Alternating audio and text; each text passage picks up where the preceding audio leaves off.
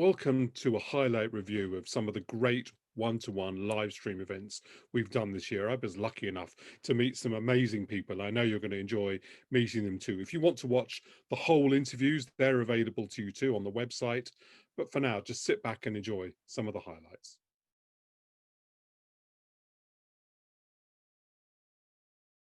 Here. Lawrence Gould's got a good question saying, you must have got depressed, and I suppose people listen to it with me in their own way have got like that. How did you break out of those moods when they took hold of you, which of course they must have done? Well, I did get depressed, yeah. The only time I got really, really depressed was the time when the physical illness was beginning to really get to me. And I mean, this is when I was with the other hostages, and I was told by the others that at several occasions I'd fallen unconscious. I didn't even know that. I'd just gone unconscious in there. And at that time, I remember saying to myself, oh well, death will be almost preferable to what's almost becoming a living death. And then something within me said, no, don't give up. Fight on, keep going, keep going. And I suppose that's that somehow being able to summon that spirit and to overcome that feeling of that negative feeling. It just required an act of will. And then some people say, well, you've worked for the Archbishop of Canterbury, you've worked for the church most of your life. What part did faith play in all this? Well, I've never been, if I may say so, I've never been an over-religious person, in inverted commas.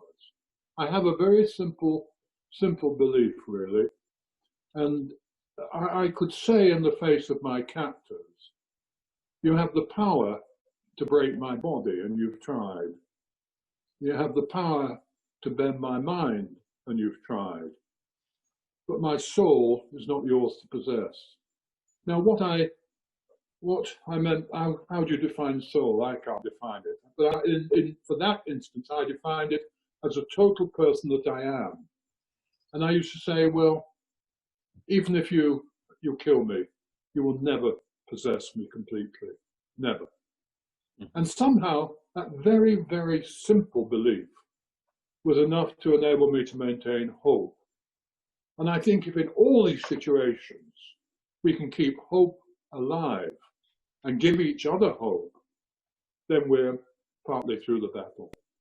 So, Isha's got a very good question, which is this. I'm sure all of us thinking that one of the things that's difficult to cope with this situation is not really knowing how long it'll go on for. And of course, you had that in spades. So one of the questions is, how did you cope with that, with not knowing, I suppose, if, but also, in particular, when it would end, how long it would go on for? Well, there's a direct parallel there. None of us know at the moment. We've got some rough idea how it might go, but we don't really know. And I didn't know at all whether it would be, I mean, what you hope for, and I can remember this, you're captured and you think, oh, well, be over in a couple of weeks. And then the couple of weeks go, to a month, and the month goes to 6 months, and the 6 months goes to a year, and then the year goes to 2 years. You begin to say, oh, it's gone on for a long, long time. So you don't know. And the only way to deal with that is I refer back to what I've already said. Now, live for now. We live with the illusion, really, when all this is over, we've got the illusion that tomorrow is secure and we're going to go on and on and on. It's an illusion. We don't know. We don't know what tomorrow brings under normal circumstances. So we've got some idea, but it's a little more secure than it is now, but we really don't know. So the great secret is, when you're in communication with people, when you're doing what you're doing, live it for now. That doesn't mean to say you don't plan for tomorrow as best you can. Of course you do. We all have to do that. But that's the answer, or part of the answer anyway, is living for the moment.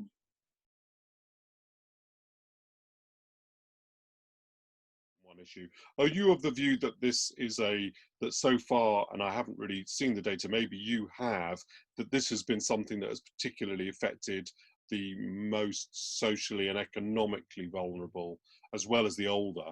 Or is it actually true that it's not a great respecter of any kind of wealth or privilege? So it's interesting actually how this disease started. If you think about it, from Wuhan, it spread to all the wealthiest cities in the world. And that's because of the privilege of those that can afford to travel and bring the disease with them in different places. So whether it's Paris, New York, Milan, or London, that's where it started. But once it gets a niche in these cities, it's not really also surprising that for an infectious disease that can affect anyone, and it can affect anyone, it tends to be more successful in those that lack the ability to be able to protect themselves. And by protect themselves, I mean, if you're in a job where you have to be in a public facing role, whether it's driving a bus or cleaning a hospital, then you have a decent chance of being exposed to it. Compounding that is those people without the will also are live in the most crowded settings and houses. They are more likely to travel on public transportation with a lot more other people to be exposed to. They are more likely to congregate in social or religious circumstances that exposes them to the infection. So there's a whole exposure angle. And then once people are infected and it's spreading in those communities, they also lack the ability to seek prompt care or to self-isolate effectively and prevent further spread. So there's ample data now from almost every place where this disease has spread, that while the initial process is that of disease brought in the affluent bits of society, once it takes hold, it exerts an unfair role on the most vulnerable among us and the poorest. And do you see the elevated rate of deaths among ethnic minority groups as primarily a result of those people being less well off, or do you think there's some other genetic or other biological or social reason why this has taken place? So this is one of the issues that actually infuriates me. It's, I think, almost intellectual laziness to jump to genetic excuse without excluding the obvious socioeconomic drivers in front of us. I think there will be time to do analysis, elegant analysis of genetic factors or similar, but there are huge socioeconomic differences, including examples that I've just given, but also examples in terms of access to healthcare and the treatment people get once they get access and how they're differentially treated and the sort of health services they access because they happen to live in a poor area. I think it's reasonable as scientists that once we account for those and then we can see differences remaining, then we could look at the whole genome sequencing of human beings and then decide whether there is in fact a genetic driver. On top of that, there are also diseases that are genetically driven that increase susceptibility, including, for example, diabetes that is more common in certain ethnic minority groups, which is also environmentally driven in terms of what diets people take and their ability to exercise or gain weight. And all of those are underpinning the ethnic drivers. And before we jump into a single gene or a multiple set of genes or interactions of genes, we really ought to deal with those because they seem to be the obvious ones. Yes.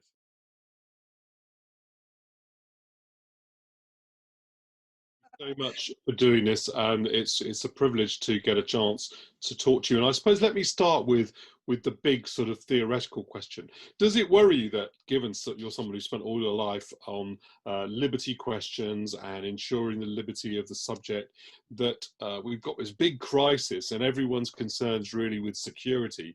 The government's locked everyone in their homes and started arresting people for having picnics, and everyone is furious that they haven't gone far enough, that somebody might have escaped for an extra sandwich. Does that atmosphere and that kind of balance worry you?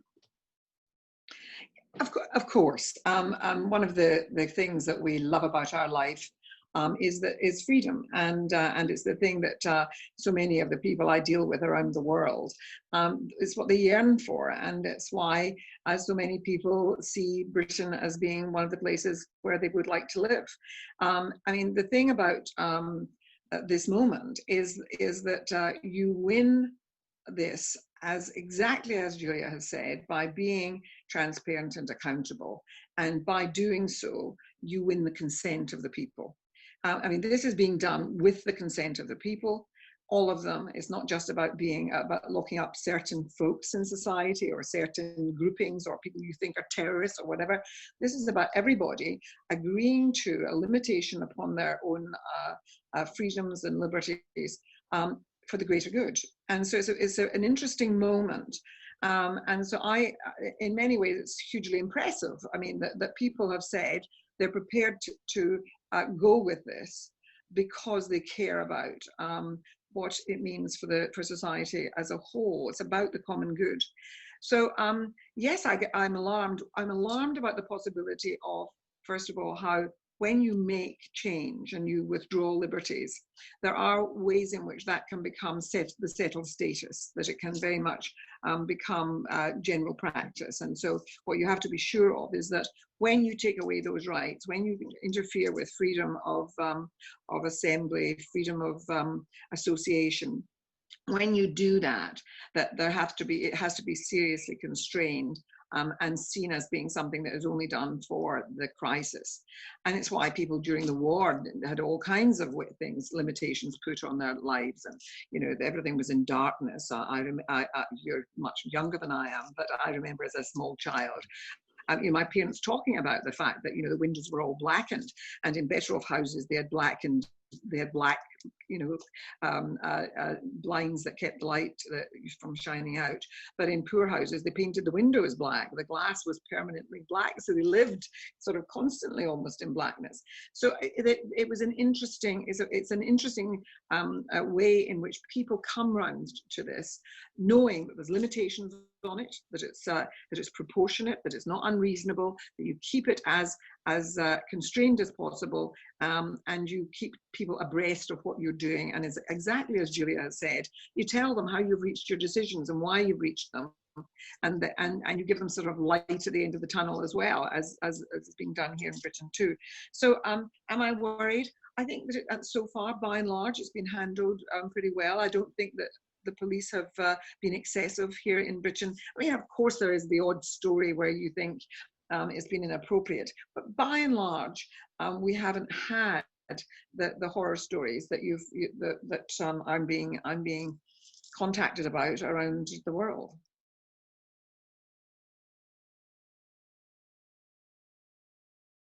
And really, I'd want to just start with a very general question, whether you could give us a bit of an overview about the impact that COVID will have on global wealth and finance. What I would say is that when we are looking at the virus and its impact on the economy and its impact in a wider sense in the financial markets, we have to consider what it is which really has the impact. Now, this is going to sound perhaps a little callous, and I really don't mean to. I fully understand the horrific human cost that is coming out of this. We just heard from Julia. I mean, it really is an enormous challenge. But when we look at the economy, the virus is not very important. It isn't the virus that is doing the economic damage. It is fear of the virus that is doing the economic damage. And I think it is very important to understand this because, for example, what we are seeing in the US at the moment is a rising number of cases, a rising infection rate. I mean, the chart of cases is very significant, but fear of the virus, in spite of all these cases, is a lot lower than it was 3 or 4 months ago, because we know a lot more about it, because we've got a better understanding of how to treat it, because we've got a better understanding about what the fatality rate actually is, those groups that are most at risk.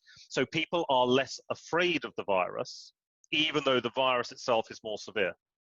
And what that means is that the economic damage of this resurgence in cases in the United States has been diminished.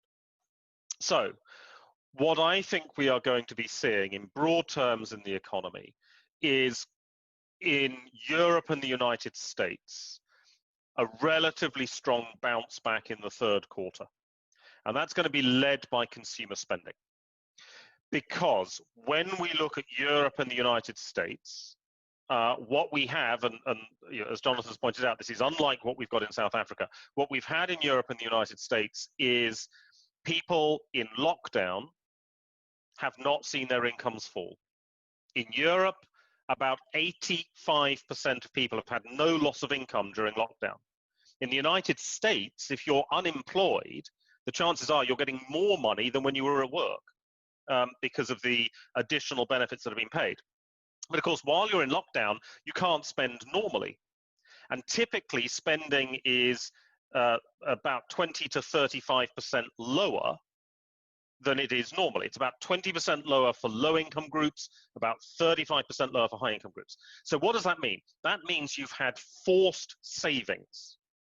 And as people emerge from lockdown, you know, they come blinking out into the sunlight or overcast in the UK, what are they going to do? They're going to spend that money. And that's exactly what we are seeing happening, that the accumulated savings, I think, are going to be spent. It's a bit like getting a tax rebate. It's a sudden windfall. You didn't expect to get this, but most people have saved about a month's income, and they're likely to go out and spend this on what we call consumer durable goods. So that's, you know, televisions, electronics, washing machines, you know, that sort of thing. And so that's what we're looking to support the economy in the near term. But of course, once that money has been spent, and it will be spent within about 6 months, then we're back to a harsher reality with higher unemployment. We'll be going back to a trend rate of growth, I think, or near trend rate of growth supported by fiscal policy, but there will be more people out of work.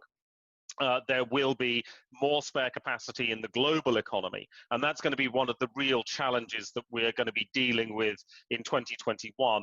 And it will set the framework for some of the longer term challenges that we're going to get coming through after next year, because, you know, it isn't just COVID-19. There's an awful lot of other things going on which will have long-term implications for the global economy.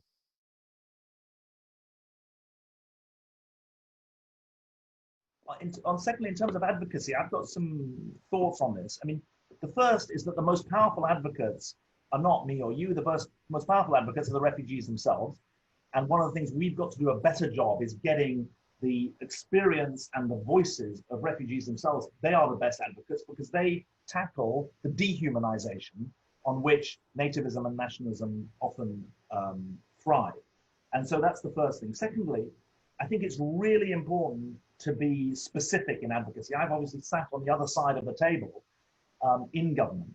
And the least effective form of advocacy is someone who comes to tell you what you already know, which is that there's a big problem. The most effective form of advocacy is someone who comes along and says, look, we know you know there's a big problem, but here is actually a way in which you could address it in an effective way. So I think advocacy based on evidence and experience is really important. Thirdly, I think that advocacy that builds coalitions is really important. Unexpected allies are really important. And I think it's really grievous, this, I mean, obviously my mother came to the UK as a 12-year-old in 1946, having survived the war. So unaccompanied child refugees into the UK is something that means a lot to me. And I've obviously only been involved peripherally in this toing and froing around the Dubs Amendment, but obviously the fact that he came with the kinder transport speaks to this. And I think it's right for there to be a real appeal, not a hue and cry, but an appeal of a systematic kind, parliamentarian by parliamentarian, government minister by government minister, about what this represents in terms of the debt that the UK owes, also in terms of the leadership role that the UK has sometimes claimed. And thirdly, I think really importantly, the point about what the UK stands for. And at a time when many people, I mean, I'm doing some interviews at the moment about how immigration and customs enforcement in the US are detaining people, and they're catching COVID in detention, and then they're being sent to Guatemala or El Salvador or Honduras. At a time when there are depredations of countries like the US, it's so important the UK doesn't go down that track. So I think it's really important to try and draw on whatever lessons you can learn from me or from others about how that can be done.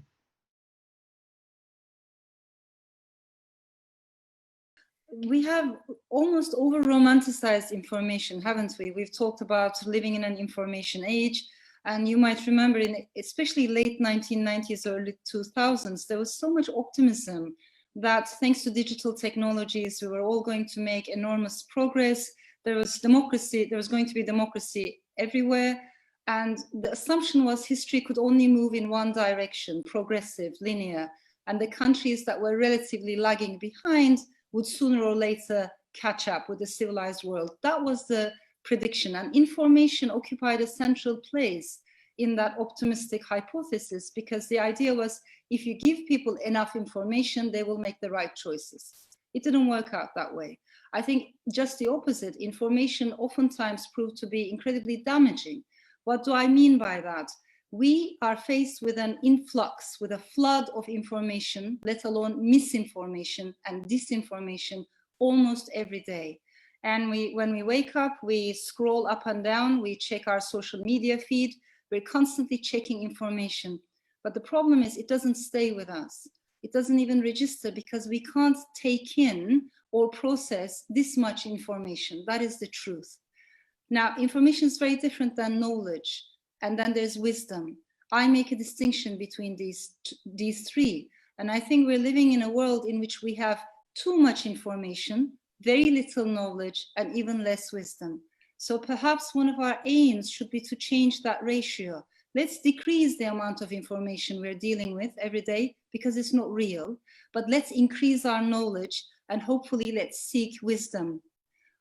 So for knowledge, I think we need to slow down. We need to go within. For knowledge, we need books, not just checking, scrolling our Twitter feeds, but to read about that subject. And that means investigative journalism, as well as to read in-depth analysis and books. And then for wisdom, I think we need empathy. We need emotional intelligence, because wisdom brings together the mind and the heart. So I do make a distinction, because if we solely focus on information, that means numbers. And after a while, it really doesn't register whether it's 5,000 refugees or 50,000 refugees that we're talking about.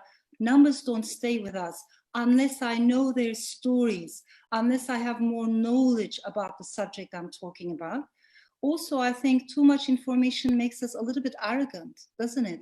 Because it gives me the illusion that I know the subject. You can ask me anything. If I don't know, I will just Google it. And in the next 5 minutes, I can say a few things about the subject, which gives me the illusion that I know the subject, but in fact, I know nothing. So I think to be aware of the distinction between information and knowledge can make us a little bit more humble too.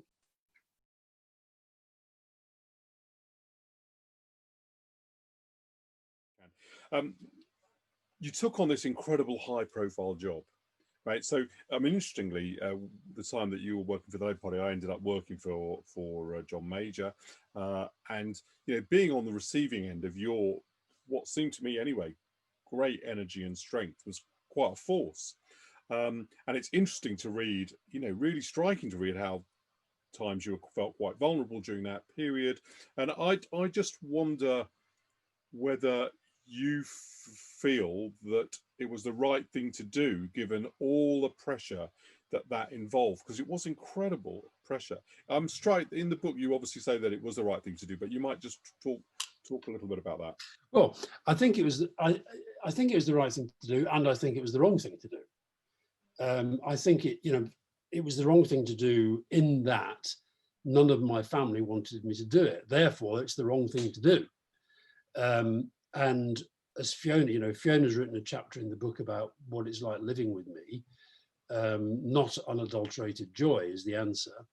But I also think that it was the right thing to do, in that I felt inside myself I had no choice, and I'm glad that I did it, and I think I did make a difference. And so it was one of those things. I was worried about the pressure. I'm glad that you felt on the other side that we were this well-oiled machine that was sort of knocking lumps off you every day. By the way, I've written a piece today in praise of John Major for the article. I thought his speech the other day was absolutely brilliant.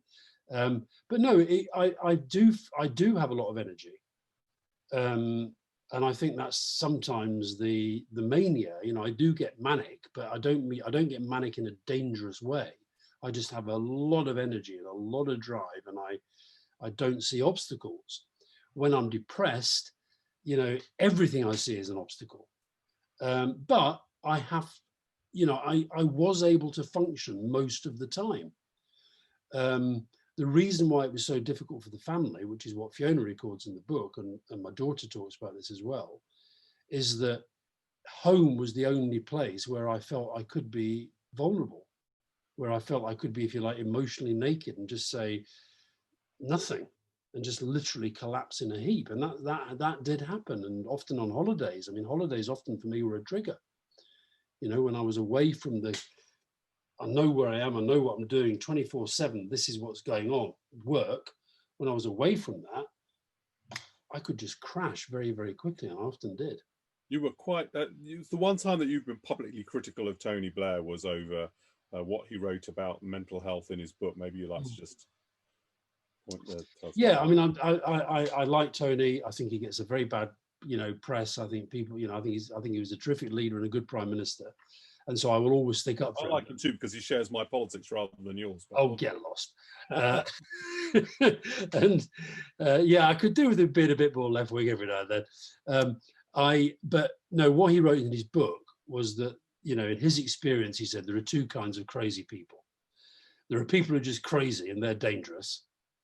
And there are people whose craziness gives them a kind of verve and ingenuity and energy. And that's Alistair's craziness. And it was great to have him, blah, blah, blah. And I just think that is such a dangerous stereotype. Most people who are mentally ill are neither of those things. They're just really struggling. And, I think the first part of the stereotype plays into this idea of the kind of psycho killer on the loose, being told by Jesus to go out and kill. And the second part is the whole kind of, Oscar Wilde, Stephen Fry, geniuses. And it's not, I mean, I'm glad that he thought I could bring that creativity and verve and energy, but I don't think that's how you should see this area of mental illness. And so, yeah, I made a rare public comment criticizing my former boss. You say in your book you took it well at the time, and I wasn't director of the Conservative Research Department without noticing the "at the time." It's been crossed. Oh, he did take it well. He did take it well, and I think he sort of got the point. But it's like,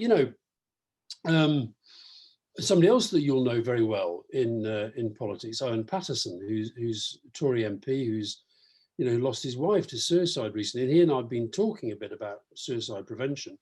So when he made a statement after the inquest that recorded suicide, he used the phrase that she'd committed suicide. And I pointed out really gently and I hope respectfully, and he took it in the right way. I said, look, the reason that the phrase commits suicide exists is because suicide used to be a sin and it used to be a crime. Well, it no longer is in the UK. And Owen, fair play to him, he said, I didn't know that. He said, I will never say that again. And so, we shouldn't assume that everybody kind of is locked into this world in the way maybe somebody like I am as a campaigner. And nor was Tony. And of course, Tony, a lot of his enemies might wish that he did get depression, but Tony doesn't get depression. He doesn't know what it's like.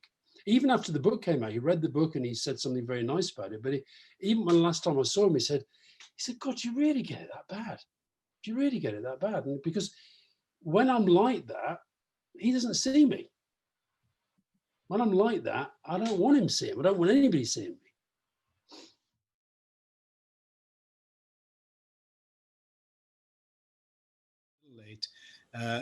Lorraine, what are the two key lessons that maybe we've learned from the AIDS pandemic that can be applied generally to for all of parents listening to this webinar, that can be applied in the time of COVID? Oh, two is very hard to say. I think for me, the most important thing is paying attention to mental health. And I know I'm biased because that's my area, but it stands in the way of everything. And it's not all about vaccines and treatments. It's about how you're doing. And we know that mothers with mental health problems have worse outcomes with their children. We also know that they can benefit from interventions. And we know that COVID is going to bring along a tsunami of mental health problems, as not only the virus itself, not only the deaths and the bereavements. The second thing, if I was to be cautious, I would say when we had deaths with HIV and AIDS, the one thing that we saw was a mushrooming of orphanages where, at the time when we needed family care. And we don't know really why. We really do know that family care is much more a better environment for children. And I think for COVID, we have to be terribly aware that not only might parents die, but because of the age skew of who dies from COVID, those very grandparents who stepped in to look after the children may be the ones who are affected. We might find an emerging group of children who grew up with their grandparents and they're suffering a double loss. So I think we have to be terribly wary of not just preventing and vaccine and lockdown, but actually really grappling with people are dying, people are ill, people might have long-term COVID-related or long COVID symptoms, which affects their abilities to care and parent. We learned from HIV that a family lens was really important and a long-term lens was important. It's not a quick fix.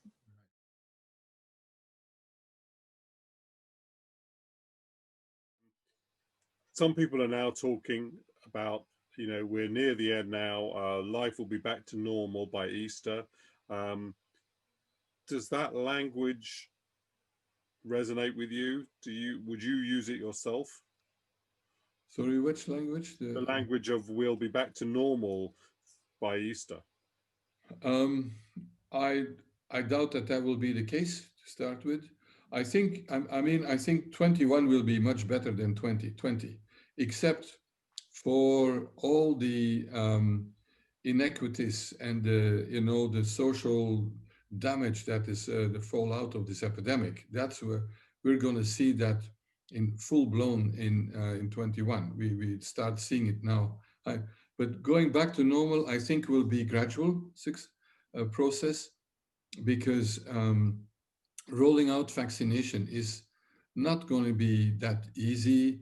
We start, there's a good plan, I think, but it will, by the summer at least, yeah, I think for lots of people will be increasingly normal, but I also hope that we will have some more profound cultural changes. For example, that even with vaccination and so on, and nobody knows how long they protect it. Is it 1 year, 5 years, for life? Who knows? We'll need to figure that out. But that we will still wear a mask, like in Japan, when you have a running nose, when you have a cold, and we kind of change a bit. But Easter, I think, is a bit optimistic. We've had too many statements of world leading this and we'll beat that and so on. I'm sorry, but I'm not a politician. I'm a bit on the understated type of Flemish guy, so that's different. Lawrence Gould, what has this question which relates to the points we've just been discussing. So, at what level, what percentage of vaccinations do you believe it will be needed to stop the disease? Yeah, very good question, because that's what when we talk about herd immunity, that's what we have to reach for a vaccine. And we know, for example, for measles, it's very high. It has to be over, I think it's 93 or 95%.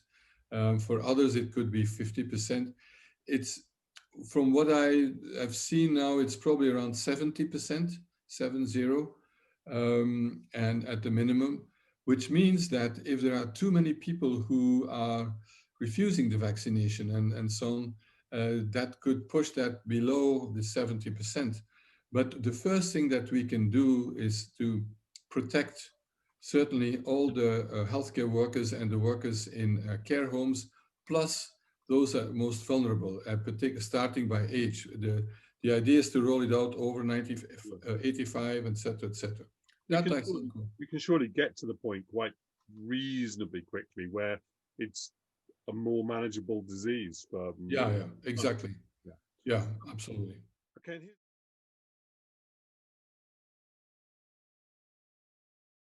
Actually, right at the beginning, you really established your case that this was a big problem with some of these really chunky numbers, not 1 in 20 people talking about being lonely, which is a significant social problem. But I think you did earn the right to call it a crisis, because you do call it that, by talking about figures like 30% or 50%, sometimes really big figures. Did you have any idea when people were talking about that, whether they were just talking about isolated incidents of loneliness, or do you think it's a much more pervasive feeling?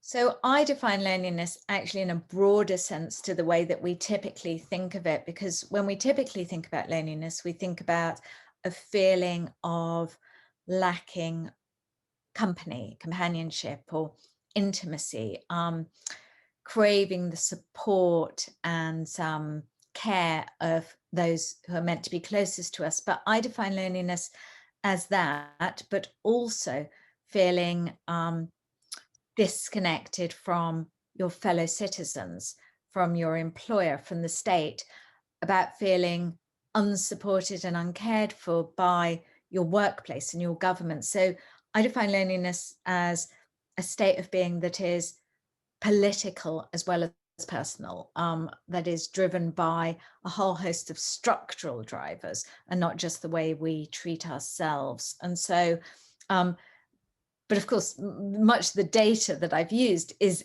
actually to establish that loneliness is a crisis is actually using a narrower definition. So were we to have significant survey data on this broader definition, the crisis would be many folds worse. And you're saying that people can feel lonely when they're surrounded by other people, and can also be alone and not feel lonely.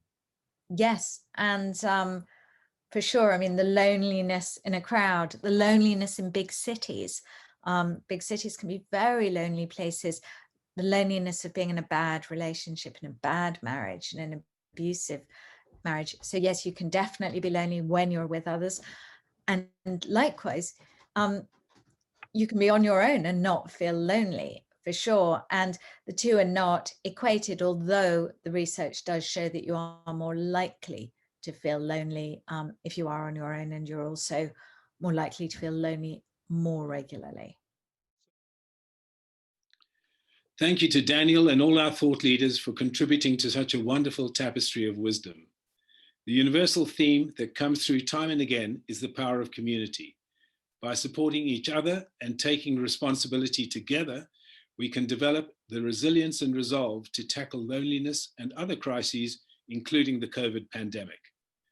The final piece of this montage is the shining example and inspiring words of HIV activist and one-to-one ambassador Becky Kroger, who I introduced during our World AIDS Day webinar last month.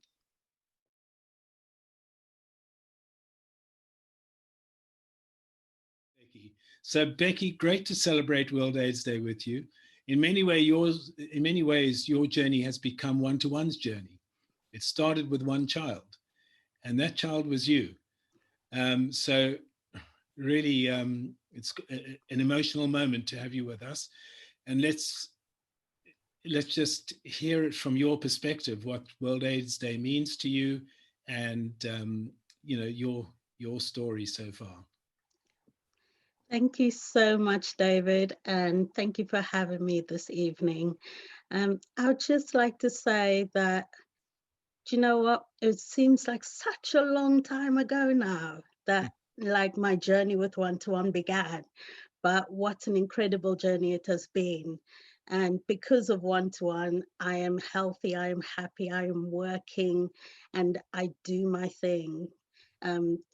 And for me, World AIDS Day will always be a day of remembrance, a day of me being in the children's home and going to a whole lot of funerals of my friends and coming out of that and just moving on.